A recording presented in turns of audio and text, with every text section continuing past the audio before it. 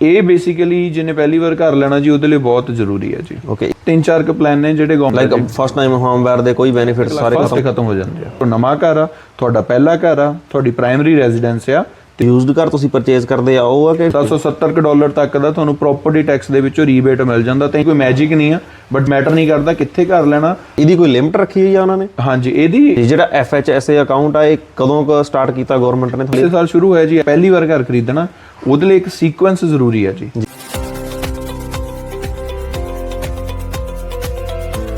ਸਾਰੇ ਸਰੋਤਿਆਂ ਨੂੰ ਪਿਆਰ ਭਰੀ ਸਤਿ ਸ਼੍ਰੀ ਅਕਾਲ ਜੀ। ਗੱਲਾਂ ਤੇ ਗਿਆਨ ਵਿੱਚ ਆਪ ਜੀ ਦਾ ਸਵਾਗਤ ਹੈ। ਅੱਜ ਅਸੀਂ ਨਵਾਂ ਟੌਪਿਕ ਲੈ ਕੇ ਆਪ ਜੀ ਦੇ ਰੂਬਰੂ ਹੋਏ ਹਾਂ।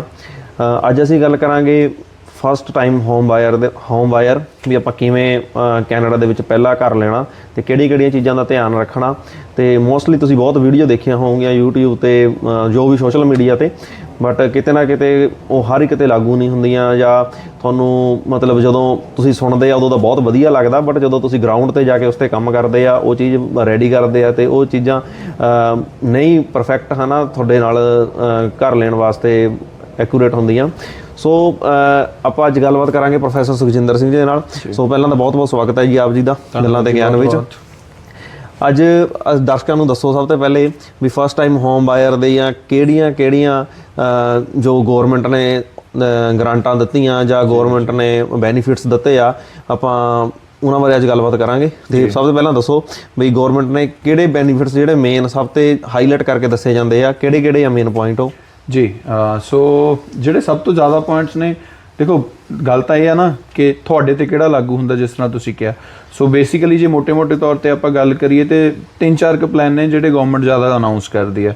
ਜਿਸ ਤਰ੍ਹਾਂ ਹੋਮ ਬਾਇਰ ਇਨਸੈਂਟਿਵ ਪ੍ਰੋਗਰਾਮ ਆ ਜੀ, ਜਿਹੜਾ ਸਭ ਤੋਂ ਜ਼ਿਆਦਾ ਅਨਾਉਂਸ ਕੀਤਾ ਜਾਂਦਾ, ਤੇ ਹੋਮ ਬਾਇਰ ਗ੍ਰਾਂਟ ਆ ਜੀ, newly built home incentive program ਆ। ਸੋ ਇਸ ਤਰ੍ਹਾਂ 4-5 ਪ੍ਰੋਗਰਾਮ ਨੇ। So during the course of time ਆਪਾਂ ਸਾਰੇ ਨਾਲ ਦੀ ਨਾਲ ਐਕਸਪਲੇਨ ਕਰਦੇ ਜਾਂਦੇ ਹਾਂ ਜੀ। ਸਭ ਤੋਂ ਪਹਿਲਾਂ ਦਰਸ਼ਕਾਂ ਨੂੰ ਦੱਸੋ ਵੀ ਜਿਹੜੇ ਕਹਿੰਦੇ ਆ ਫਸਟ ਟਾਈਮ ਹੋਮ ਬਾਇਰ ਬਾਰੇ, ਬਈ 5% ਡਾਊਨ ਦੇ ਨਾਲ ਤੁਸੀਂ ਘਰ ਲੈ ਸਕਦੇ ਆ। ਇਹ ਬਹੁਤ ਵੱਡਾ ਜਿੱਦਾਂ ਲੋਕਾਂ ਦੇ ਵਿੱਚ ਵਹਿਮ ਕਹਿ ਲਓ ਜਾਂ ਕੁਝ ਕਹਿ ਲਓ ਵੀ ਇਹ ਮਤਲਬ ਜਦੋਂ ਬੰਦਾ ਲੈਣ ਜਾਂਦਾ ਘਰ ਉਦੋਂ 20% ਵੀ ਬ੍ਰੋਕਰ ਕਹਿ ਦਿੰਦਾ ਤੇ 10% ਵੀ ਕਹਿ ਦਿੰਦਾ, ਤੇ 5% ਨਾਲ ਮੈਂ ਸੁਣਿਆ ਬਹੁਤ ਘੱਟ ਲੋਕਾਂ ਨੂੰ 5% ਨਾਲ ਘਰ ਮਿਲਦਾ ਏ। ਤੇ ਉਹ ਕੰਡੀਸ਼ਨਾਂ ਕਿਹੜੀਆਂ ਲਾਗੂ ਹੁੰਦੀਆਂ ਜਦੋਂ ਵੀ ਬੰਦੇ ਨੂੰ 5% ਨਾਲ ਨਹੀਂ ਘਰ ਮਿਲਦਾ ਹੈਗਾ, ਤੇ ਗੌਰਮੈਂਟ ਤੇ ਬਹੁਤ ਚੀਕ ਕੇ ਕਹਿੰਦੀ ਆ ਵੀ 5% ਨਾਲ ਤੁਸੀਂ ਘਰ ਲੈ ਸਕਦੇ ਆ, ਅਸੀਂ ਤੁਹਾਡੇ ਵਾਸਤੇ ਆਹ ਬੈਨੀਫਿਟਸ ਦਿੱਤੇ ਆ। ਤੇ ਉਹਦੇ ਬਾਰੇ ਥੋੜਾ ਜਿਹਾ ਐਕਸਪਲੇਨ ਕਰਕੇ ਦੱਸਿਓ ਦਰਸ਼ਕਾਂ ਨੂੰ ਜੀ। ਇਹ ਜਿਹੜੇ ਪ੍ਰੋਗਰਾਮ ਦਾ ਤੁਸੀਂ ਜ਼ਿਕਰ ਕਰ ਰਹੇ ਹੋ, ਇਹਨੂੰ ਜੀ ਹੋਮ ਬਾਇਰ ਇਨਸੈਂਟਿਵ ਪ੍ਰੋਗਰਾਮ ਕਹਿੰਦੇ ਆ। ਇਹਦੇ ਅੰਦਰ ਹੁੰਦਾ ਕੀ ਹੈ ਕਿ ਸੌਖੇ ਸ਼ਬਦਾਂ 'ਚ ਜੇ ਇਹਨੂੰ ਕਹਿਣਾ ਹੋਵੇ ਤੇ ਇਹਨੂੰ ਸ਼ੇਅਰਡ ਇਕੁਇਟੀ ਪਲਾਨ ਕਿਹਾ ਜਾ ਸਕਦਾ। ਜਿਸ ਤਰ੍ਹਾਂ ਨਾਮ ਤੋਂ ਕਲੀਅਰ ਆ, ਸ਼ੇਅਰਡ ਇਕੁਇਟੀ ਮਤਲਬ ਗਵਰਨਮੈਂਟ ਨੇ ਤੁਹਾਡੀ ਉਸ ਪ੍ਰੋਪਰਟੀ ਦੇ ਅੰਦਰ ਇਕੁਇਟੀ ਦੇ ਅੰਦਰ ਕੁਝ ਸ਼ੇਅਰ ਲੈਣਾ। ਕਿੰਨਾ ਲੈਣਾ? ਉਹ 5% ਹੋ ਸਕਦਾ, 10% ਹੋ ਸਕਦਾ, ਡਿਪੈਂਡ ਕਰਦਾ ਤੁਹਾਡੀ ਪ੍ਰੋਪਰਟੀ ਤੇ। ਸੋ ਇਸ ਰੂਲ ਨੂੰ ਜੇਕਰ ਤੁਸੀਂ ਐਕਸਪਲੇਨ ਕਰਨਾ ਹੋਵੇ, ਤੇ ਜੇਕਰ ਤੁਸੀਂ ਕੋਈ ਵੀ pre occupied home, pre owned home ਜਿਹੜਾ ਤੁਸੀਂ ਲੈਂਦੇ ਹੋ, ਤੇ ਉਹਦੇ ਵਿੱਚ ਗਵਰਨਮੈਂਟ 5%, ਕੋਈ ਨਿਊਲੀ ਬਿਲਟ ਹੋਮ ਲੈਣਾ ਹੈ ਉਹਦੇ ਅੰਦਰ 10%, ਤੁਹਾਡੀ ਫਾਈਨੈਂਸ਼ੀਅਲ ਸਿਚੁਏਸ਼ਨ ਦੇ ਅਕੋਰਡਿੰਗ ਗਵਰਨਮੈਂਟ ਕੀ ਹੈ ਤੁਹਾਡੀ ਡਾਊਨ ਪੇਮੈਂਟ ਨੂੰ ਮੈਚ ਕਰ ਦਿੰਦੀ ਹੈ। ਦੇਖੋ ਐਗਜ਼ਾਮਪਲ ਦੇ ਤੌਰ ਤੇ ਜੇਕਰ ਆਪਾਂ ਐਕਸਪਲੇਨ ਕਰਨਾ, ਆਪਾਂ ਇੱਕ ਘਰ ਦੀ ਕੀਮਤ ਵੈਸੇ 1 ਲੱਖ ਦਾ ਕੁਛ ਨਹੀਂ ਆਉਂਦਾ, ਪਰ ਸਿਰਫ ਆਪਾਂ ਐਕਸਪਲੇਨ ਕਰਨ ਲਈ ਮੰਨ ਲੈਂਦੇ ਹਾਂ। ਸਪੋਜ਼ 1 ਲੱਖ ਦੀ ਪ੍ਰੋਪਰਟੀ ਤੁਸੀਂ ਬਾਏ ਕਰਨੀ ਆ, ਤੇ ਜੇਕਰ ਇਸ ਇਨਸੈਂਟਿਵ ਪ੍ਰੋਗਰਾਮ ਦੇ ਵਿੱਚ ਤੁਸੀਂ ਉਸ ਘਰ ਨੂੰ ਬਾਏ ਕਰਨਾ ਹੈ, ਤੇ ਰੂਲ ਮੁਤਾਬਕ ਉਸ ਘਰ ਤੁਸੀਂ ਫਸਟ ਟਾਈਮ ਹੋਮ ਬਾਇਰ ਆਪਾਂ ਗੱਲ ਕਰ ਰਹੇ ਤੇ 5% ਦੀ ਤੁਸੀਂ ਗੱਲ ਕੀਤੀ, ਤਾਂ ਜੇ 1 ਲੱਖ ਦਾ ਘਰ ਆ ਉਹਦਾ 5% ਤੁਸੀਂ ਕੱਢ ਲਓ, $5000 ਬਣਦਾ। ਸ਼ੇਅਰਡ ਇਕੁਇਟੀ 'ਚ ਗਵਰਨਮੈਂਟ ਨੇ ਕਹਿਣਾ ਜੇ ਪੁਰਾਣਾ ਘਰ ਆ 5 ਮੈਂ ਦੇ ਦਿੰਨੀ ਆ, 10000 ਹੋ ਗਿਆ, ਮਤਲਬ ਟੋਟਲ 10% ਡਾਊਨ ਪੇਮੈਂਟ ਤੁਸੀਂ ਉਸ ਘਰ ਦੇ ਲਈ ਦਿੱਤੀ। ਤੁਸੀਂ ਮੌਰਗੇਜ ਐਪਲੀਕੇਸ਼ਨ ਫਾਈਲ ਕਰ ਦਿੱਤੀ ਆਪਣੇ ਲੈਂਡਰ ਦੇ ਕੋਲ, ਤੁਹਾਨੂੰ it's subject to availability of mortgage. ਹਮੇਸ਼ਾ ਲਿਖਿਆ ਹੁੰਦਾ ਗਵਰਨਮੈਂਟ ਪੈਸੇ ਦੇਗੀ, ਪਰ ਮੌਰਗੇਜ ਨਹੀਂ ਗਵਰਨਮੈਂਟ ਨੇ ਕਰਵਾ ਕੇ ਦੇਣੀ। ਮੌਰਗੇਜ ਤੁਹਾਡੀ ਫਾਈਨੈਂਸ਼ੀਅਲ ਸਿਚੁਏਸ਼ਨ ਦੇ ਅਕੋਰਡਿੰਗ ਹੋਣੀ ਆ। ਠੀਕ ਆ ਜੀ। ਹੁਣ ਕਿਉਂ ਨਹੀਂ ਹੁੰਦੀ ਸਾਰਿਆਂ ਦੀ? ਮੁੱਦਾ ਇਹ ਆ ਨਾ ਕਿ ਹੁਣ ਇੰਟਰਸਟ ਰੇਟ ਬਹੁਤ ਜ਼ਿਆਦਾ ਰਾਈਜ਼ ਹੋ ਗਏ ਨੇ। ਤੁਸੀਂ 5% ਦੇ ਦਿੱਤਾ, 5% ਗਵਰਨਮੈਂਟ ਨੇ ਦੇ ਦਿੱਤਾ, ਉਹ ਫ੍ਰੀ ਥੋੜਾ ਨਾ ਦਿੱਤਾ। ਉਹਦੀ ਵੀ ਕੰਡੀਸ਼ਨ ਆ ਕਿ 25 ਸਾਲ ਮੈਕਸੀਮਮ, ਜਾਂ ਫਿਰ ਜਦੋਂ ਵੀ ਤੁਸੀਂ ਉਹ ਘਰ ਸੇਲ ਕਰਨਾ ਤੁਹਾਨੂੰ ਉਨੇ ਪੈਸੇ ਗਵਰਨਮੈਂਟ ਨੂੰ 19% ਕਰੰਟ ਵੈਲਿਊ ਉਸ ਵੇਲੇ ਘਰ ਦੀ ਕੀ ਆ ਰਿਟਰਨ ਕਰਨੀ ਪੈਣੀ ਆ। ਪੁਰਾਣਾ ਲਿਆ ਤਾਂ 5% ਕਰੰਟ ਮਾਰਕੀਟ ਵੈਲਿਊ ਦਾ, ਨਵਾਂ ਲਿਆ ਤਾਂ 10% ਕਰੰਟ ਮਾਰਕੀਟ ਵੈਲਿਊ ਦਾ। ਜਦੋਂ ਵੇਚੋਗੇ ਜਾਂ 25 ਸਾਲ ਵਿਚ ਐਵਰ ਕਾਊਂਟਸ ਫਸਟ, ਉਦੋਂ ਤੁਹਾਨੂੰ ਗਵਰਨਮੈਂਟ ਨੂੰ ਰਿਟਰਨ ਕਰਨਾ ਪੈਣਾ। ਪਰ ਹੁਣ ਆ ਜਾਈਏ ਆਪਾਂ ਗਰਾਊਂਡ ਤੇ ਜੀ। ਹੁਣ ਅਪ ਟੂ ਮੈਕਸੀਮਮ ਗਵਰਨਮੈਂਟ ਕਹਿੰਦੀ ਹੈ ਕਿ 5 ਲੱਖ ਤੱਕ ਮੈਂ 5% ਦੇਣਾ। ਓਕੇ। ਉਸ ਤੋਂ ਬਾਅਦ ਜੇਕਰ ਨਵਾਂ ਘਰ ਆ 7.5 ਲੱਖ, ਪ੍ਰੋਵਿੰਸ ਟੂ ਪ੍ਰੋਵਿੰਸ ਇਹ ਡਿਫਰ ਕਰਦਾ, ਉਹਦੇ ਵਿੱਚ ਗਵਰਨਮੈਂਟ 10% ਮੈਚ ਕਰ ਦਿੰਦੀ ਹੈ। ਪਰ ਹੁਣ ਅਸੀਂ BC 'ਚ ਬੈਠੇ ਹਾਂ, ਅਸੀਂ BC ਦੀ ਗੱਲ ਕਰ ਲਈਏ ਜਾਂ ਸਾਡੇ ਨਾਲ ਦਰਸ਼ਕ ਜੁੜੇ ਨੇ ਕਈ ontario ਤੋਂ ਦੇਖਦੇ ਨੇ, ਹੁਣ ਆਪਾਂ BC ontario ਦੀ ਜੇਕਰ ਗੱਲ ਕਰੀਏ, ਤੁਹਾਨੂੰ ਲੱਗਦਾ ਹੈ ਕਿ ਕੋਈ ਪ੍ਰੋਪਰਟੀ, ਕੋਈ ਘਰ ਤੁਸੀਂ ਜੇਕਰ ਬਾਏ ਕਰਨਾ ਤੁਹਾਨੂੰ 5 ਲੱਖ ਤੱਕ ਮਿਲੇਗਾ ਜੀ? ਅੱਜ ਕੱਲ ਤੇ ਮੈਂ ਕਹਿੰਦਾ ਵੀ ਕੈਲਗਰੀ ਐਡਮਿੰਟਨ ਵਿੱਚ ਵੀ ਨਹੀਂ 5 ਲੱਖ ਤੱਕ ਕੋਈ ਵਧੀਆ ਘਰ ਮਿਲਦਾ। ਬਿਲਕੁਲ ਜੀ ਬਿਲਕੁਲ, ਉੱਥੇ ਵੀ 7.5 ਲੱਖ ਤੱਕ ਜੇਕਰ ਤੁਸੀਂ ਸਿੰਗਲ ਫੈਮਿਲੀ ਹੋਮ ਲੈਣਾ ਉਹਦੀ ਪ੍ਰਾਈਸ ਪਹੁੰਚੀ ਹੋਈ ਹੈ। ਸੋ ਉੱਥੇ ਹੁੰਦਾ ਕੀ ਹੈ, ਉੱਥੇ ਫਿਰ ਇੱਕ ਦੂਸਰਾ ਰੂਲ ਐਪਲੀਕੇਬਲ ਹੋ ਜਾਂਦਾ। ਓਕੇ। ਗਵਰਨਮੈਂਟ ਨੇ ਤਾਂ ਤੁਹਾਨੂੰ ਤੁਹਾਡੀ ਡਾਊਨ ਪੇਮੈਂਟ ਮੈਚ ਕਰਨੀ, ਬਟ ਦੂਸਰਾ ਰੂਲ ਕੀ ਕਹਿੰਦਾ? ਦੂਸਰਾ ਰੂਲ ਕਹਿੰਦਾ ਕਿ ਜੇਕਰ 5 ਲੱਖ ਤੱਕ ਘਰ ਦੀ ਵੈਲਿਊ ਆ ਤੇ 5% ਡਾਊਨ ਪੇਮੈਂਟ ਨਾਲ ਤੁਸੀਂ ਘਰ ਖਰੀਦ ਸਕਦੇ ਹੋ ਜੀ। ਜੇਕਰ ਘਰ ਦੀ ਵੈਲਿਊ 5 ਲੱਖ ਤੋਂ ਇਨਕਰੀਜ਼ ਹੋ ਗਈ ਤੇ 5 ਲੱਖ ਤੋਂ ਲੈ ਕੇ 9,09,999 ਡਾਲਰ ਤੱਕ ਜੀ ਤੁਸੀਂ 10% ਦੇਣਾ ਉੱਪਰਲੀ ਵੈਲਿਊ ਦਾ। ਓਕੇ ਜੀ। ਤੇ ਜੇਕਰ 10 ਲੱਖ ਤੋਂ ਮਤਲਬ ਮਿਲੀਅਨ ਤੋਂ ਵੀ ਵੱਧਦੀ ਹੈ ਘਰ ਦੀ ਵੈਲਿਊ, ਸਾਰੀਆਂ ਸਕੀਮਾਂ ਬੰਦ, 20% ਹੈਵ ਟੂ ਤੁਹਾਨੂੰ ਡਾਊਨ ਪੇਮੈਂਟ ਦੇਣੀ ਪੈਣੀ, ਨੋ ਮੈਟਰ ਵਾਟ ਤੁਹਾਡਾ ਪਹਿਲਾ ਘਰ ਆ ਜਾਂ 10ਵਾਂ ਘਰ ਆ। ਓਕੇ। ਉੱਥੇ ਕੁਝ ਨਹੀਂ ਫਿਰ ਲਾਗੂ ਹੁੰਦਾ। ਲਾਈਕ ਫਸਟ ਟਾਈਮ ਹੋਮ ਬਾਇਰ ਦੇ ਕੋਈ ਬੈਨੀਫਿਟ ਸਾਰੇ ਖਤਮ ਹੋ ਜਾਂਦੇ? ਫਸਟ ਟਾਈਮ ਹੋਮ ਬਾਇਰ ਬੈਨੀਫਿਟ ਤਾਂ ਜੀ 7 ਲੱਖ ਤੋਂ ਉੱਤੇ ਖਤਮ ਹੋ ਜਾਂਦੇ ਆ। ਓਕੇ। ਤੇ ਮੈਂ ਦਰਸ਼ਕਾਂ ਨੂੰ ਦੱਸ ਦੇਣਾ ਚਾਹੁੰਦਾ ਵੀ ਜਦੋਂ ਤੁਸੀਂ ਗਵਰਨਮੈਂਟ ਕਹਿੰਦੀ ਹੈ ਵੀ 5% ਤੇ 5 ਲੱਖ ਤੱਕ ਆ, ਉਹ ਜੇ 10 ਲੱਖ ਤੋਂ ਤੁਹਾਡਾ $1 ਵੀ ਉੱਤੇ ਚਲਾ ਜਾਂਦਾ ਤੇ 10% ਤੁਹਾਨੂੰ ਪੇ ਕਰਨਾ ਪਊਗਾ। ਜਦੋਂ 5 ਲੱਖ ਦੇ ਉੱਪਰ ਆ ਚਲਾ ਜਾਂਦਾ 10%, ਜਦੋਂ 10 ਲੱਖ ਤੋਂ ਮਿਲੀਅਨ ਤੋਂ ਉੱਪਰ ਮੌਰਗੇਜ ਹੁੰਦੀ ਆ ਤੁਹਾਡੀ ਤੇ ਤੁਹਾਨੂੰ 20% ਡਾਊਨ ਦੇਣਾ ਪੈਣਾ ਜੀ। ਜੀ ਹੈ ਨਾ ਜੀ। ਤੇ ਇਹ ਹੋ ਗਿਆ ਸਾਡਾ ਫਸਟ ਟਾਈਮ ਹੋਮ ਬਾਇਰ ਦਾ ਵੀ 5% ਜਾਂ 10% ਦਾ ਕਿਵੇਂ ਸਰਵਾਈਵ ਕਰਦਾ ਹੈ ਨਾ, ਕਿਵੇਂ ਟਰੈਵਲ ਕਰਦਾ। ਤੇ ਹੁਣ ਸਾਡਾ ਅਗਲਾ ਨੈਕਸਟ ਹੈ ਵੀ first time home buyer program ਕੀ ਆ? ਇਹ ਵੀ ਦੋ ਤਰ੍ਹਾਂ ਦਾ ਹੈ ਜੀ। Okay. First time home buyer program ਜਿਹੜਾ ਬੇਸਿਕਲੀ ਇਹ ਮੈਂ ਦੱਸਦੇ ਹਾਂ ਡੀਲ ਕਰਦਾ ਹੈ ਪ੍ਰਾਪਰਟੀ ਜਾਂ ਫਿਰ ਲੈਂਡ ਟਰਾਂਸਫਰ ਟੈਕਸ ਦੇ ਨਾਲ। ਸੋ ਇਹ ਦੋ ਤਰ੍ਹਾਂ ਆ, ਇੱਕ ਹੈਗਾ first time home buyer program, ਇੱਕ ਹੈਗਾ newly built incentive program. Okay. ਪਹਿਲੇ ਨੂੰ ਐਕਸਪਲੇਨ ਕਰੀਏ ਤਾਂ ਉਹੀ ਸਿੰਪਲ ਵਰਡਸ ਵਿੱਚ, ਜੇ ਘਰ ਦੀ ਵੈਲਿਊ 5 ਲੱਖ ਤੱਕ ਤਾਂ ਦੇਖੋ ਇਹ ਡੀਲ ਕਰਦਾ ਬੇਸਿਕਲੀ ਜਦੋਂ ਪ੍ਰਾਪਰਟੀ ਨੂੰ ਆਪਣੇ ਨਾਮ ਤੇ ਕਰਵਾਉਣਾ, ਇਹਨੂੰ ਦਰਸ਼ਕ ਕਲੋਜ਼ਿੰਗ ਕਾਸਟ ਦੇ ਨਾਮ ਨਾਲ ਵੀ ਜਾਣਦੇ ਹੋਣਗੇ। ਸੋ ਬੇਸਿਕਲੀ ਜਦੋਂ ਤੁਸੀਂ ਪ੍ਰਾਪਰਟੀ ਟਰਾਂਸਫਰ ਕਰਾਣੀ, ਤੁਸੀਂ ਵਕੀਲ ਕੋਲ ਜਾਣਾ, ਕੁਛ ਉਹਨੇ ਆਪਣੇ ਡਿਸਬਰਸਮੈਂਟ ਚਾਰजेस ਲੈਣੇ ਨੇ, ਕੁਛ ਉਹਨੇ ਕਹਿਣਾ ਇਹ ਪ੍ਰਾਪਰਟੀ ਟਰਾਂਸਫਰ ਟੈਕਸ ਆ ਜੀ ਗਵਰਨਮੈਂਟ ਨੂੰ ਜਾਂਦਾ। ਨਾਰਮਲੀ ਉਹ 5 ਲੱਖ ਦੇ ਘਰ ਦਾ $7-8 ਹਜ਼ਾਰ ਹੁੰਦਾ ਹੈ। ਇਸ ਲਈ ਗਵਰਨਮੈਂਟ ਨੇ ਕੀ ਕਿਹਾ ਕਿ ਜੇਕਰ ਤੁਹਾਡੇ ਘਰ ਦੀ ਵੈਲਿਊ 5 ਲੱਖ ਤੱਕ ਆ ਜੀ ਤੇ ਅਸੀਂ 8,000 ਤੱਕ ਦਾ ਉਹ ਪ੍ਰਾਪਰਟੀ ਟਰਾਂਸਫਰ ਟੈਕਸ ਜਿਹੜਾ ਆ ਉਹ ਤੁਹਾਨੂੰ ਐਗਜ਼ੈਂਪਟ ਕਰ ਦਾਂਗੇ। ਓਕੇ। ਬਟ ਜੇ ਹੁਣ 5 ਲੱਖ ਤੋਂ $1 ਵੀ ਵੱਧ ਗਿਆ ਜੀ, ਸੋ ਕੀ ਹੈ 5 ਲੱਖ ਤੋਂ ਜੇਕਰ ਕੀਮਤ ਵੱਧ ਗਈ ਤਾਂ ਫਿਰ ਇਹ 50% ਉੱਡ ਜਾਂਦਾ। ਮਤਲਬ ਫਿਰ ਗਵਰਨਮੈਂਟ ਨੇ 8,000 ਨਹੀਂ ਮਾਫ ਕਰਨਾ, ਉਹਦਾ 50% $4,000 ਪ੍ਰਾਪਰਟੀ ਟਰਾਂਸਫਰ ਟੈਕਸ ਜਿਹੜਾ ਆ ਉਹਦੇ ਵਿੱਚੋਂ ਤੁਹਾਨੂੰ 4,000 ਦੀ ਰਿਬੇਟ ਮਿਲ ਜਾਣੀ ਆ। ਓਕੇ। ਤੇ ਜੇ ਇਹ ਵੀ 5,24,000 ਤੱਕ ਆ ਜੀ, ਜੇਕਰ ਇਹਦੀ ਕੀਮਤ 5,25,000 ਤੋਂ ਵੱਧ ਗਈ ਤੇ ਘਰ ਪੁਰਾਣਾ ਆ, ਫਿਰ ਕੋਈ ਤੁਹਾਨੂੰ ਇਨਸੈਂਟਿਵ ਨਹੀਂ ਮਿਲਣਾ। ਓਕੇ। ਪ੍ਰਾਪਰਟੀ ਟਰਾਂਸਫਰ ਟੈਕਸ ਦੇ ਅੰਦਰ ਜਿਹੜਾ ਹੁਣ ਦੂਸਰੇ ਇਨਸੈਂਟਿਵ ਦੀ ਗੱਲ ਕੀਤੀ ਆਪਾਂ ਨਿਊਲੀ ਬਿਲਟ ਹੋਮ, ਉਹ ਸੇਮ ਹੀ ਬੈਨੀਫਿਟ ਆ ਬਟ ਉਹ ਨਿਊ ਘਰ ਦੇ ਲਈ ਆ। ਉਹਦੇ ਵਿੱਚ ਗਵਰਨਮੈਂਟ ਨੇ ਇੱਕ ਅਪਰ ਲਿਮਿਟ ਰੱਖੀ ਹੋਈ ਹੈ ਜੀ $7.5 ਲੱਖ। ਉਸ $7.5 ਲੱਖ ਤੱਕ ਜੇਕਰ ਤੁਸੀਂ ਪ੍ਰਾਪਰਟੀ ਖਰੀਦਦੇ ਹੋ ਤੇ ਪ੍ਰਾਪਰਟੀ ਟਰਾਂਸਫਰ ਟੈਕਸ ਜਿਹੜਾ ਆ ਉਹ ਤੁਹਾਨੂੰ ਗਵਰਨਮੈਂਟ ਨੇ ਕੀ ਕਿਹਾ ਹੈ ਕਿ ਜੇਕਰ ਉਹ ਨਿਊਲੀ ਬਿਲਟ ਹੋਮ ਆ, ਘਰ ਦੀ ਵੈਲਿਊ 7.5 ਲੱਖ ਤੇ 13,000 ਤੱਕ, ਕਿਉਂਕਿ 5 ਲੱਖ ਤੱਕ ਜੇ 8,000 ਆ, 7.5 ਲੱਖ ਦੀ ਪ੍ਰਾਪਰਟੀ ਆ, 12-13,000 ਪ੍ਰਾਪਰਟੀ ਟਰਾਂਸਫਰ ਟੈਕਸ ਬਣਦਾ, ਉਹ ਜਿਹੜਾ ਹੈ ਗਵਰਨਮੈਂਟ ਤੁਹਾਨੂੰ ਉਹ ਮਾਫ ਕਰ ਦੇਗੀ। ਜੇਕਰ ਉਹ ਨਵਾਂ ਘਰ ਆ, ਤੁਹਾਡਾ ਪਹਿਲਾ ਘਰ ਆ, ਤੁਹਾਡੀ ਪ੍ਰਾਇਮਰੀ ਰੈਜ਼ੀਡੈਂਸ ਆ ਤੇ ਉਸ ਪ੍ਰਾਪਰਟੀ ਟੈਕਸ ਨੂੰ ਕਿਉਂਕਿ ਇੱਕੋ ਵਾਰ ਲੱਗਣਾ, ਇੱਕ ਵਾਰ ਉਹ ਗਵਰਨਮੈਂਟ ਨੇ ਤੁਹਾਨੂੰ ਮਾਫ ਕਰ ਦੇਣਾ। ਨਵਾਂ ਘਰ ਲਾਈਕ ਵੀ ਕੋਈ ਯੂਜ਼ਡ ਘਰ ਤੁਸੀਂ ਪਰਚੇਜ਼ ਕਰਦੇ ਆ ਉਹ ਆ ਕਿ ਨਿਊ? ਨਹੀਂ, ਫਰੈਸ਼ਲੀ ਬਿਲਟ ਹੋਮ ਮਤਲਬ ਤੁਸੀਂ ਲੋਟ ਖਰੀਦੀ ਘਰ ਬਣਾਇਆ ਜਾਂ ਫਿਰ ਕਿਸੇ ਬਿਲਡਰ ਨੇ ਫਸਟ ਟਾਈਮ ਉਸ ਲੋਟ ਦੇ ਉੱਤੇ ਘਰ ਬਣਾਇਆ ਤੇ ਤੁਹਾਡਾ ਉਹ ਉਸ ਘਰ ਵਿੱਚ ਬੇਸਿਕਲੀ ਪਹਿਲਾਂ ਕੋਈ ਰਿਹਾ ਨਹੀਂ, ਪ੍ਰੀ ਆਕੂਪਾਈਡ ਹੋਮ ਨਹੀਂ ਆ ਉਹ। ਇਦਾਂ ਨਹੀਂ ਹੈ ਕਿ ਤੁਹਾਡਾ ਨਵਾਂ ਘਰ, ਨਹੀਂ ਜੀ, ਜੜ ਤੋਂ ਹੀ ਉਹ ਘਰ ਨਵਾਂ ਹੋਣਾ ਚਾਹੀਦਾ, ਨਿਊਲੀ ਕੰਸਟਰਕਸ਼ਨ ਹੋਣੀ ਚਾਹੀਦੀ ਹੈ। ਫਿਰ ਉਹ 7.5 ਲੱਖ ਤੱਕ ਦੀ ਵੈਲਿਊ ਤੱਕ ਤੁਹਾਨੂੰ 13,000 ਪ੍ਰਾਪਰਟੀ ਟੈਕਸ ਗਵਰਨਮੈਂਟ ਜਿਹੜਾ ਹੈ ਮਾਫ ਕਰ ਦਿੰਦੀ ਹੈ। Sorry, property land transfer tax, property tax ਨਹੀਂ, ਲੈਂਡ ਟਰਾਂਸਫਰ ਟੈਕਸ। ਜੀ ਓਕੇ। ਜਿਹੜਾ ਇਹ ਲੈਂਡ ਟਰਾਂਸਫਰ ਟੈਕਸ ਆ ਮੈਂ ਤੁਹਾਨੂੰ ਦੱਸ ਦੇਣਾ ਚਾਹੁੰਦਾ ਵੀ 5 ਲੱਖ ਤੱਕ 5% ਜੀ, ਤੇ 5 ਲੱਖ ਤੋਂ ਉੱਤੇ ਜਾਂਦਾ ਤੇ ਉਹ 5% ਦਾ ਵੀ 50% ਕੱਟਿਆ ਜਾਂਦਾ।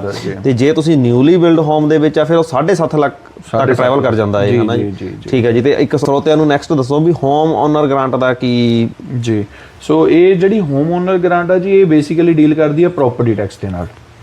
ਸੋ ਪ੍ਰਾਪਰਟੀ ਟੈਕਸ ਕਿਉਂਕਿ ਹਰ ਸਾਲ ਪੇ ਕਰਨਾ, ਇਹਦੇ ਵਿੱਚ ਕੀ ਹੈ 2 ਮਿਲੀਅਨ ਦੇ ਨੇੜੇ ਤੇੜੇ ਦੀ ਇੱਕ ਰਕਮ ਆ, ਐਗਜ਼ੈਕਟ ਫਿਗਰ ਮੈਨੂੰ ਯਾਦ ਨਹੀਂ, ਬਟ 2 ਮਿਲੀਅਨ ਕੁਛ ਕੁ ਹਜ਼ਾਰ ਆ।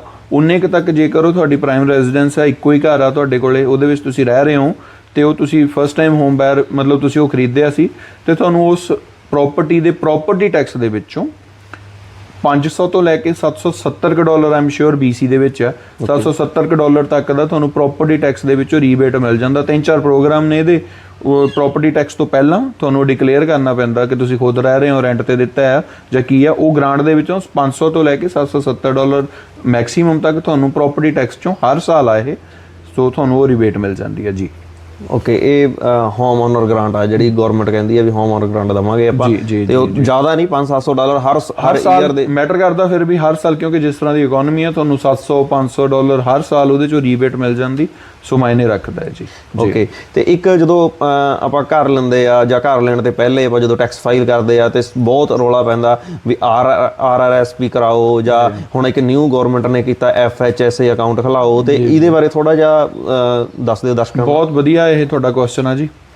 ਬੇਸਿਕਲੀ ਤੇ ਇਸ ਤੋਂ ਪਹਿਲਾਂ ਜਿੰਨਾ ਵੀ ਕੁਝ ਅਸੀਂ ਕਵਰ ਕੀਤਾ ਉਹ ਹੈਗਾ ਕਿ ਗਵਰਨਮੈਂਟ ਵੱਲੋਂ ਕੀ ਬੈਨੀਫਿਟਸ ਆ, ਬਟ ਗਰਾਊਂਡ ਤੇ ਆ ਕੇ ਉਹ ਬੈਨੀਫਿਟਸ ਜੇ ਲਾਗੂ ਹੀ ਨਹੀਂ ਹੁੰਦੇ, ਹਾਂਜੀ, ਘਰ ਮਿਲੇ ਨਹੀਂ ਰਿਹਾ ਤੁਹਾਨੂੰ ਉਨੇ ਪੈਸੇ ਤੱਕ, ਤੇ ਫਿਰ ਉਹਦੀ ਕੋਈ ਸੈਂਸ ਨਹੀਂ ਬਣਦੀ। ਇਹ ਜਿੰਨੇ ਵੀ ਪ੍ਰੋਗਰਾਮ ਆ ਇਹਨੂੰ ਕਹਿ ਦਿੰਦੇ ਆ ਹੋਮ ਬਾਇਰਸ ਪਲਾਨ ਜੀ। ਇਹਦੇ ਵਿੱਚ 3 ਨੇ ਜੀ ਬੇਸਿਕਲੀ।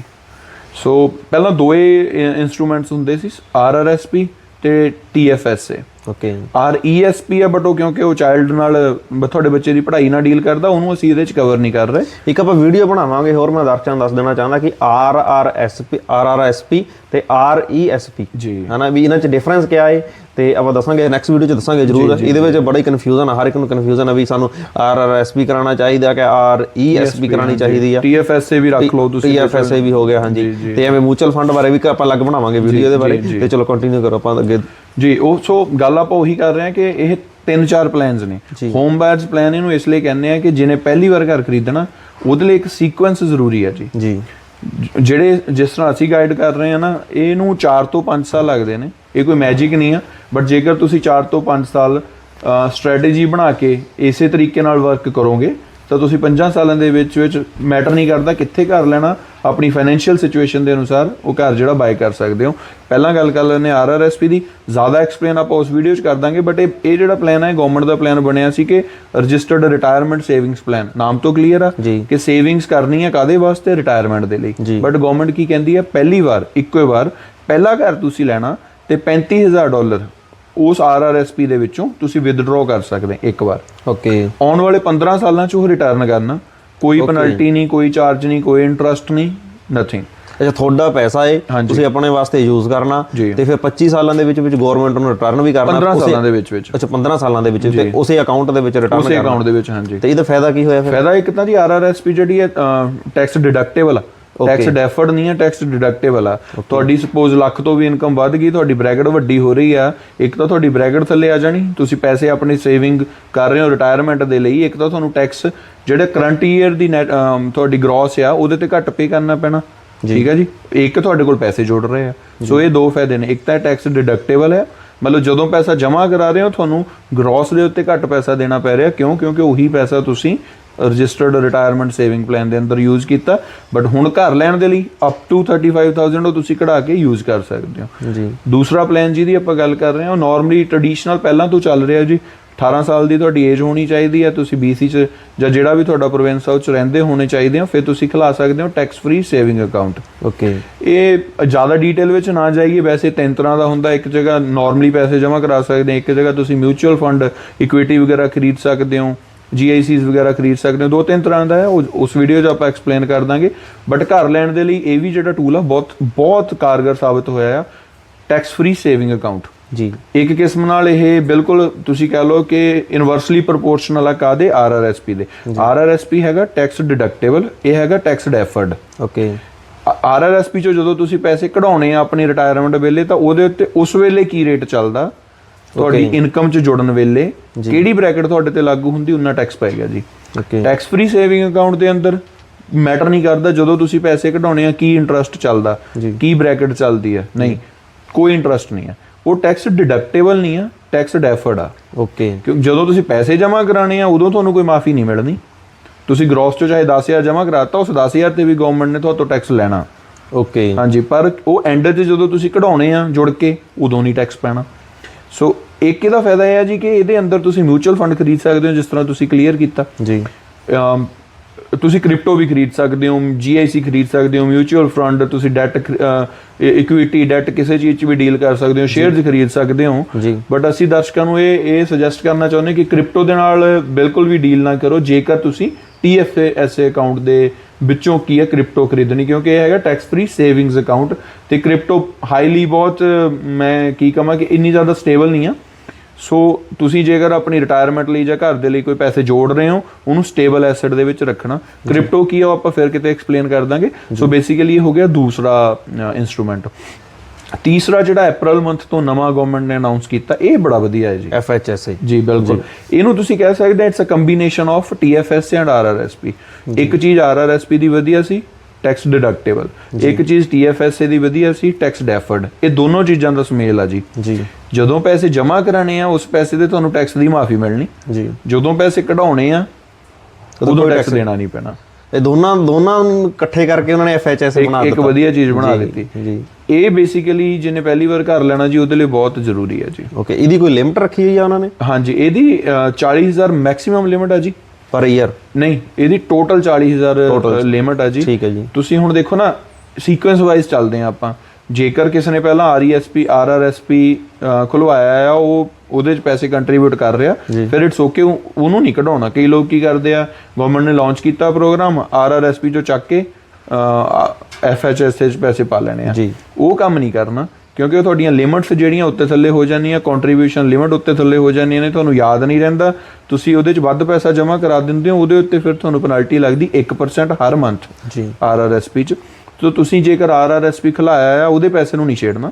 ਇੱਕ ਫਰੈਸ਼ ਤੁਸੀਂ ਕਿਸੇ ਵੀ ਬੈਂਕ 'ਚ ਜਾ ਕੇ, ਕ੍ਰੈਡਿਟ ਯੂਨੀਅਨ 'ਚ ਜਾ ਕੇ, ਜਾਂ ਬਹੁਤ ਸਾਰੀਆਂ ਐਪਸ ਨੇ ਜਿੱਦਾਂ ਵੈਲਥ ਸਿੰਪਲ ਆ, ਤੁਸੀਂ ਘਰੇ ਬੈਠੇ ਇਹ ਫਸਟ ਟਾਈਮ ਹੋਮ ਜਿਹੜਾ ਆ ਇਹਦਾ ਸੇਵਿੰਗਸ ਪਲਾਨ ਖਿਲਾ ਸਕਦੇ ਹੋ। ਫਾਇਦਾ ਪਹਿਲਾਂ ਦੱਸ ਦਿੱਤਾ ਕਿ ਟੈਕਸ ਨਾ ਹੁਣ ਦੇਣਾ ਪੈਣਾ, ਨਾ ਬਾਅਦ ਵਿੱਚ ਦੇਣਾ ਪੈਣਾ। ਕਿਤੇ ਵੀ ਇਹਨੂੰ, ਇਸ ਪੈਸੇ ਨੂੰ ਤੁਸੀਂ ਇਨਵੈਸਟ ਕਰ ਸਕਦੇ ਹੋ। ਉਹ ਇਨਵੈਸਟ ਕਰਕੇ ਜਿਹੜੀ ਤੁਹਾਨੂੰ ਗਰੋਥ ਮਿਲਣੀ ਜੀ, ਉਹਦੇ ਤੇ ਵੀ ਕੋਈ ਟੈਕਸ ਨਹੀਂ ਆ। ਓਕੇ, ਸੋ ਤੁਸੀਂ $40,000 ਗਵਰਨਮੈਂਟ ਤੋਂ ਲੈ ਕੇ ਏਦਾਂ ਹੀ ਜਮ੍ਹਾਂ ਕਰਾਇਆ, ਉਸ 40 ਦਾ 1 ਲੱਖ ਬਣ ਗਿਆ ਜੀ। ਉਹ 1 ਲੱਖ ਦਾ 1 ਲੱਖ ਐਂ ਤੁਸੀਂ ਘਰ ਲਈ ਵਰਤ ਸਕਦੇ ਹੋ, ਕੋਈ ਟੈਕਸ ਨਹੀਂ। ਤੇ ਉਹ ਗਵਰਨਮੈਂਟ ਨੂੰ ਡਿਕਲੇਅਰ ਕਰਨਾ ਪਊਗਾ ਵੀ ਹਾਂ ਆਪਾਂ ਨੂੰ ਇੰਨੀ ਗਰੋਥ ਹੋਈ ਆ ਜਾਂ ਇੰਨਾ ਨੁਕਸਾਨ ਹੋਇਆ ਜਦੋਂ ਆਪਾਂ ਇਨਵੈਸਟਮੈਂਟ ਕਰਦੇ ਆ ਕਿਤੇ? ਉਹ ਤਾਂ ਇਟਸੈਲਫ ਕਲੀਅਰ ਆ ਨਾ, ਜਿੱਦਾਂ ਆਪਾਂ TFSA 'ਚ ਇਨਵੈਸਟ ਕਰਦੇ ਹਾਂ, ਸਾਰਾ ਕੁਝ ਗਵਰਨਮੈਂਟ ਦੇ ਕੋਲ ਹੀ ਆ ਜੀ। ਇਦਾਂ ਹੀ ਜਿਹੜਾ FHSA ਵੀ ਬੈਂਕ 'ਚ ਖੁੱਲੇਗਾ, ਕਿਸੇ ਬ੍ਰੋਕਰੇਜ ਫਰਮ 'ਚ ਖੁੱਲੇਗਾ, ਕਿਸੇ ਐਪ 'ਚ ਖੁੱਲੇਗਾ, ਉਹਦੇ ਲਈ ਕਾਫੀ ਰਿਕੁਆਇਰਮੈਂਟਸ ਆ ਨਾ ਕਿ ਤੁਹਾਡਾ ਪਹਿਲਾ ਘਰ ਹੋਣਾ ਚਾਹੀਦਾ। ਉਹ ਬੇਸਿਕਲੀ ਖੁੱਲਦਾ ਹੀ ਤਾਂ ਆ ਜੀ। ਉਹ ਜੇ ਤੁਸੀਂ ਖਿਲਾਣ ਜਾਓਗੇ ਤਾਂ ਪਹਿਲਾਂ ਉਹ ਚੈੱਕ ਕਰਦੇ ਨੇ, ਤੁਹਾਨੂੰ ਪੁੱਛਦੇ ਨੇ ਕਿ ਕੀ ਤੁਸੀਂ ਪਹਿਲਾ ਘਰ ਬਾਏ ਕਰਨਾ, ਇਸ ਤੋਂ ਪਹਿਲਾਂ ਤੁਸੀਂ ਘਰ ਕੋਈ ਲਿਆ ਤੇ ਨਹੀਂ। ਤੇ ਇਹਦੇ ਨਾਲ ਮਿਲਦਾ ਜੁਲਦਾ ਇੱਕ ਇਹ ਪੁਆਇੰਟ ਆ ਕਿ ਕਨਫਿਊਜ਼ਨ ਬੜੀ ਆ ਜੀ, ਕਲੀਅਰ ਕਰਦੀ ਹੈ ਦਰਸ਼ਕਾਂ ਦੀ ਕਿ ਫਸਟ ਟਾਈਮ ਹੋਮ ਬਾਇਰ ਜਿਹੜਾ ਇਹ ਪਲਾਨ ਆ ਜੀ, ਇਹ ਨਾਰਮਲੀ ਲੋਕ ਕਹਿੰਦੇ ਕਿ ਤੁਸੀਂ ਪਹਿਲਾ ਘਰ ਬਾਏ ਕਰਨਾ ਉਦੋਂ ਹੀ ਤੁਸੀਂ ਖਿਲਾ ਸਕਦੇ ਹੋ, ਤੇ ਇਹ ਇਸ ਤਰ੍ਹਾਂ ਨਹੀਂ ਹੈ ਜੀ। ਇਹਦੀਆਂ 2 ਕੰਡੀਸ਼ਨਸ ਨੇ। ਇੱਕ ਤਾਂ ਇਹ ਹੈ ਕਿ ਜਿਸ ਸਾਲ ਸਪੋਜ਼ ਹੁਣ ਆਹ ਮੰਥ ਚੱਲ ਰਿਹਾ ਜੀ ਸਤੰਬਰ 'ਚ ਅਕਾਊਂਟ ਖਿਲਾਣਾ, ਤੇ ਜਨਵਰੀ ਤੱਕ ਤੁਸੀਂ ਖੁਦ ਆਪਣੇ ਘਰ 'ਚ ਜਾਂ ਆਪਣੇ ਸਪਾਊਸ ਦੇ ਘਰ ਵਿੱਚ ਰਿਓ ਨਹੀਂ ਹੋਣੇ ਚਾਹੀਦੇ। ਓਕੇ, ਜਾਂ ਤੁਹਾਡੇ ਨਾਮ ਤੇ ਕੋਈ ਵੀ ਪ੍ਰਾਪਰਟੀ ਇਸ ਸਾਲ ਹੋਣੀ ਨਹੀਂ ਚਾਹੀਦੀ। ਤੇ ਪਿਛਲੇ 4 ਸਾਲਾਂ 'ਚ ਤੁਸੀਂ ਆਪਣੇ ਘਰ 'ਚ, ਜੇ ਤੁਹਾਡੇ ਕੋਲ ਹੈਗਾ ਵੀ ਹੈ, ਸਪੋਜ਼ ਤੁਸੀਂ ਖਰੀਦਿਆ ਵੀ ਸੀ, ਪਿਛਲੇ 4 ਸਾਲਾਂ 'ਚ ਜੇਕਰ ਤੁਸੀਂ ਆਪਣੇ ਉਸ ਘਰ 'ਚ ਖੁਦ ਜਾਂ ਆਪਣੇ ਸਪਾਊਸ ਦੇ ਘਰ ਦੇ ਵਿੱਚ ਨਹੀਂ ਰਹੇ, ਤਾਂ ਤੁਸੀਂ first time home buyers plan ਦੇ ਲਈ ਐਲੀਜੀਬਲ ਹੋ, ਭਾਵੇਂ ਤੁਹਾਡੇ ਕੋਲ ਘਰ ਸੀਗਾ। ਓਕੇ, ਉਹ ਮਤਲਬ ਵਿਕ ਗਿਆ ਜਾਂ ਕੁਛ ਆ, ਉਹ ਮੈਟਰ ਨਹੀਂ, ਚਾਹੇ ਕਰੰਟ ਹੁਣ ਹੋਲਡ ਵੀ ਕਰਦੇ ਹੋ ਤੁਸੀਂ, ਜੇਕਰ 4 ਸਾਲ ਤੋਂ ਤੁਸੀਂ ਉਸ ਘਰ ਦੇ ਵਿੱਚ ਖੁਦ ਨਹੀਂ ਰਹਿ ਰਹੇ, ਤਾਂ ਤੁਸੀਂ ਦੁਬਾਰਾ ਫਸਟ ਟਾਈਮ ਜਿਹੜਾ ਹੋਮ ਬਾਇਰਸ ਦਾ ਸੇਵਿੰਗਸ ਪਲਾਨ ਆ ਇਹ ਓਪਨ ਕਰਵਾ ਸਕਦੇ ਹੋ। ਓਕੇ, ਮਤਲਬ ਜਦੋਂ 4 ਸਾਲ ਤੁਸੀਂ ਨਹੀਂ ਰਹੇ, ਤੁਸੀਂ ਅਨਦਰ ਇੱਕ ਐਡਰੈਸ ਤੇ ਰਹਿ ਰਹੇ ਆ, ਪਰ ਤੁਹਾਡਾ ਘਰ ਹੈਗਾ ਇੱਕ ਤੁਹਾਡੇ ਨਾਮ ਤੇ ਉਹਨੂੰ ਦੂਜੇ ਬੈਨੀਫਿਟਸ ਵੀ ਮਿਲਦੇ ਆ ਫਸਟ ਟਾਈਮ ਹੋਮ ਬਾਇਰ? ਉਹ ਕੋਈ ਨਹੀਂ ਮਿਲਣਾ, ਪਰ ਇਹ ਜਿਹੜਾ FHSA ਵਾਲਾ ਮਿਲਦਾ ਹੈ, ਅਕਾਊਂਟ ਤੁਸੀਂ ਖੁਲਵਾ ਸਕਦੇ ਹੋ, ਇਹਦੇ 'ਚ ਪੈਸੇ ਜਮ੍ਹਾਂ ਕਰ ਸਕਦੇ ਹੋ, ਤੁਸੀਂ ਇਨਵੈਸਟ ਕਰਕੇ ਇਹਨੂੰ ਵਧਾ ਸਕਦੇ ਹੋ। ਜ਼ਿਆਦਾ ਹੋ ਗਏ ਤਾਂ ਉਹ ਤੁਹਾਡਾ ਆਪਣਾ ਇੱਕ ਐਕਸਟਰਾ ਬੈਨੀਫਿਟ ਤੁਹਾਨੂੰ ਮਿਲ ਜਾਣਾ ਜੀ। ਓਕੇ, ਸੋ ਹੁਣ ਆਪਾਂ ਸੀਰੀਜ਼ ਵਾਈਜ਼ ਚੱਲੇ ਆ। ਦੇਖੋ RRSP ਵੀ ਖਿਲਾ ਲਿਆ, ਤੁਸੀਂ TFSA 'ਚ ਵੀ ਪੈਸਾ ਪਾ ਲਿਆ, FHSA 'ਚ ਵੀ ਪਾ ਲਿਆ। ਹੁਣ ਸਾਰਿਆਂ ਦੀ ਕੰਟਰੀਬਿਊਸ਼ਨ ਨੂੰ ਜੇਕਰ ਰਲਾਉਂਦੇ ਹੋ, ਤੁਹਾਡੇ ਕੋਲ ਲੱਖ 1.5 ਲੱਖ ਆਰਾਮ ਨਾਲ ਡਾਊਨ ਪੇਮੈਂਟ ਇਕੱਠੀ ਹੋ ਜਾਂਦੀ। ਦੇਖੋ ਨਾ 35,000 ਤੁਸੀਂ ਕਢਾ ਸਕਦੇ ਹੋ RRSP ਚੋਂ ਜੀ। TFSA 'ਚ ਤੁਸੀਂ ਥੋੜਾ ਜਮ੍ਹਾਂ ਕਰਾਇਆ, ਤੁਸੀਂ ਇੱਕ ਰਿਸਰਚ ਕਰਕੇ ਵਧੀਆ ਫਰਮਸ ਦੀਆਂ ਵਧੀਆ ਕੰਪਨੀਆਂ ਦੇ ਸ਼ੇਅਰ ਜਾਂ ਕੁਝ ਮੁਚਲ ਖਰੀਦ ਲਈ, ਬਿਲਕੁਲ ਜੀ, ਉਹਦੀ ਵੀ ਗਰੋਥ ਹੋਏਗੀ ਕਿਉਂਕਿ 5 ਸਾਲ ਆਪਾਂ ਵੇਟ ਕਰਨ ਨੂੰ ਕਹਿ ਰਹੇ ਹਾਂ। 5 ਸਾਲ ਬਹੁਤ ਹੁੰਦੇ, ਕਈ ਸ਼ੇਅਰ 'ਚ 3 ਗੁਣਾ 4 ਗੁਣਾ ਵੱਧ ਗਏ। ਕ੍ਰਿਪਟੋ 'ਚ ਤਾਂ 800% ਦੀ ਗਰੋਥ ਵੀ ਆਪਾਂ ਦੇਖੀ ਆ। ਹਾਂਜੀ। ਸੋ ਉਸ during the course of 5 year ਤੁਸੀਂ ਉਹਨੂੰ ਪੈਸੇ ਨੂੰ ਇਨਵੈਸਟ ਕਰਕੇ ਵਧਾ ਵੀ ਲੈਣਾ ਤੇ ਐਂਡ 'ਚ ਟੈਕਸ ਵੀ ਨਹੀਂ ਪੇ ਕਰਨਾ। ਜੀ। RRSP ਦਾ ਕਢਾ ਲੈਣਾ, 15 ਸਾਲ ਮਿਲਣੇ ਨੇ ਤੁਹਾਨੂੰ ਉਹਨੂੰ ਰਿਟਰਨ ਕਰਨ ਦੇ ਲਈ, ਬਹੁਤ ਜ਼ਿਆਦਾ ਨੇ 15 ਸਾਲ। ਸੋ ਉਸੇ ਪੈਸੇ ਨੂੰ ਕਢਾ ਕੇ ਫਿਰ ਤੁਸੀਂ ਆਪਣੀ ਡਾਊਨ ਪੇਮੈਂਟ ਜਮ੍ਹਾਂ ਕਰਾਓ ਜੀ, ਫਿਰ ਤੁਸੀਂ ਆਪਣਾ ਘਰ ਖਰੀਦ ਸਕਦੇ ਹੋ। ਉਹਦੇ ਵਿੱਚ ਕੋਈ ਇਨਸੈਂਟਿਵ ਪ੍ਰੋਗਰਾਮ ਗਵਰਨਮੈਂਟ ਤੋਂ ਲੈਣ ਦੀ ਲੋੜ ਨਹੀਂ, ਕੋਈ ਸ਼ੇਅਰਡ ਇਕੁਇਟੀ ਲੈਣ ਦੀ ਲੋੜ ਨਹੀਂ, ਸਿਰਫ ਤੁਹਾਡਾ ਘਰ ਹੋਏਗਾ, ਤੁਸੀਂ ਡਾਊਨ ਪੇਮੈਂਟ ਦਿੱਤੀ ਆ ਤੇ ਜੀ। ਜਿਹੜਾ FHSA ਅਕਾਊਂਟ ਆ ਇਹ ਕਦੋਂ ਕ ਸਟਾਰਟ ਕੀਤਾ ਗਵਰਨਮੈਂਟ ਨੇ ਤੁਹਾਡੇ? ਇਹ ਐਸੇ ਸਾਲ ਸ਼ੁਰੂ ਹੋਇਆ ਜੀ, ਅਪ੍ਰੈਲ ਤੋਂ ਅਕਾਊਂਟ ਖੁੱਲਣੇ ਸ਼ੁਰੂ ਹੋਏ। ਸਟਾਰਟਿੰਗ ਈਅਰ 'ਚ ਡਿਕਲੇਅਰ ਕਰਤਾ ਸੀ ਗਵਰਨਮੈਂਟ ਨੇ, ਬਟ ਹੁਣ ਅਪ੍ਰੈਲ ਤੋਂ ਖੁੱਲ ਰਹੇ ਨੇ ਜੀ। ਜੇ ਕਿਸੇ ਸਰੋਤੇ ਨੇ ਖਿਲਾਣਾ ਹੋਵੇ ਤੇ ਉਹ ਕਿਸੇ ਵੀ ਕ੍ਰੈਡਿਟ ਯੂਨੀਅਨ ਜਾਂ ਐਪ ਜਾਂ ਬੈਂਕ ਦੇ ਵਿੱਚ ਜਾ ਕੇ ਕੁਛ ਇਹ 2-3 ਜ਼ਰੂਰੀ ਡਾਕੂਮੈਂਟਸ ਨੇ ਦੇ ਕੇ ਆਪਣਾ ਅਕਾਊਂਟ ਖੁਲਾ ਸਕਦਾ ਤੇ ਸੇਵਿੰਗ ਕਰਨੀ ਸ਼ੁਰੂ ਕਰ ਸਕਦਾ ਜੀ। ਬਹੁਤ ਬਹੁਤ ਧੰਨਵਾਦ ਜੀ ਤੁਹਾਡਾ, ਬਹੁਤ ਵਧੀਆ ਡਿਟੇਲ ਨਾਲ ਤੁਸੀਂ ਜਾਣਕਾਰੀ ਦਿੱਤੀ ਜੀ। ਸੋ ਮੈਂ ਸਰੋਤਿਆਂ ਨੂੰ ਦੱਸ ਦੇਣਾ ਚਾਹੁੰਦਾ ਕਿ ਬਹੁਤ ਵਧੀਆ ਤਰੀਕੇ ਨਾਲ ਪ੍ਰੋਫੈਸਰ ਸਾਹਿਬ ਨੇ ਦੱਸਿਆ ਸਾਨੂੰ ਵੀ ਫਸਟ ਟਾਈਮ ਹੋਮ ਬਾਇਰ ਦੇ, ਜੋ ਮੈਂ ਵੀ ਬਹੁਤ ਵੀਡੀਓ ਸੁਣੀਆਂ YouTube ਤੇ ਸੋਸ਼ਲ ਮੀਡੀਆ ਤੋਂ, ਬਟ ਉਹ ਕੁਛ ਦੱਸ ਦਿੰਦੇ ਆ, ਦੱਸ ਕੇ ਬਹੁਤ ਵਧੀਆ ਲੱਗਦਾ ਜਦੋਂ ਬੰਦਾ ਬੂਸਟ ਹੋ ਜਾਂਦਾ ਵੀ ਮੈਂ ਘਰ ਲੈ ਲਾਂ ਤੇ ਬਹੁਤ ਸੌਖਾ ਘਰ ਲੈਣਾ। ਪਰ ਜਦੋਂ ਗਰਾਊਂਡ ਤੇ ਜਾ ਕੇ ਕੰਮ ਕਰਦਾ ਤੇ ਬਹੁਤ ਔਕੜਾਂ ਦਾ ਸਾਹਮਣਾ ਕਰਨਾ ਪੈਂਦਾ। ਤੇ ਆਪਾਂ ਨੇ ਬਹੁਤ ਸ਼ੋਰਟ ਵੀਡੀਓ ਬਣਾਈ ਆ, ਇਹ ਪੂਰੀ ਡਿਟੇਲ 'ਚ ਨਹੀਂ ਬਣਾਈ। ਆਪਾਂ 4-5 ਪੁਆਇੰਟ ਦੱਸੇ ਆ ਵੀ ਕਿਹੜੇ ਆਪਾਂ ਨੂੰ ਧਿਆਨ ਰੱਖਣੇ ਚਾਹੀਦੇ। ਜੇ ਬਾਕੀ ਨੈਕਸਟ ਆਉਣ ਵਾਲੀਆਂ ਵੀਡੀਓ 'ਚ ਆਪਾਂ ਇਕੱਲੇ ਪੁਆਇੰਟ ਨੂੰ ਇੱਕ ਅਲੱਗ-ਅਲੱਗ ਵੀਡੀਓ ਬਣਾ ਦਾਂਗੇ ਵੀ ਇਹਨੂੰ ਕਿਵੇਂ ਟਰੈਵਲ ਕਰਦਾ ਸਾਰਾ ਕੁਝ। ਤੇ ਜੇ ਤੁਹਾਨੂੰ ਜਾਣਕਾਰੀ ਇਨਫੋਰਮੇਸ਼ਨ ਸਾਰੀ ਇਹ ਵਧੀਆ ਲੱਗੀ ਤੇ ਸਾਨੂੰ ਕਮੈਂਟ ਕਰਕੇ ਜ਼ਰੂਰ ਦੱਸਿਓ, ਤੇ ਸਾਨੂੰ ਵਧੀਆ ਲੱਗਦਾ ਜਦੋਂ ਅਸੀਂ ਤੁਹਾਡੇ ਕਮੈਂਟ ਪੜ੍ਹਦੇ ਆ। ਸੋ ਸਾਡੇ ਵੀਰਾਂ ਵੱਲੋਂ ਪਿਆਰ ਭਰੀ ਸਾਰਿਆਂ ਨੂੰ ਸਤਿ ਸ਼੍ਰੀ ਅਕਾਲ ਜੀ।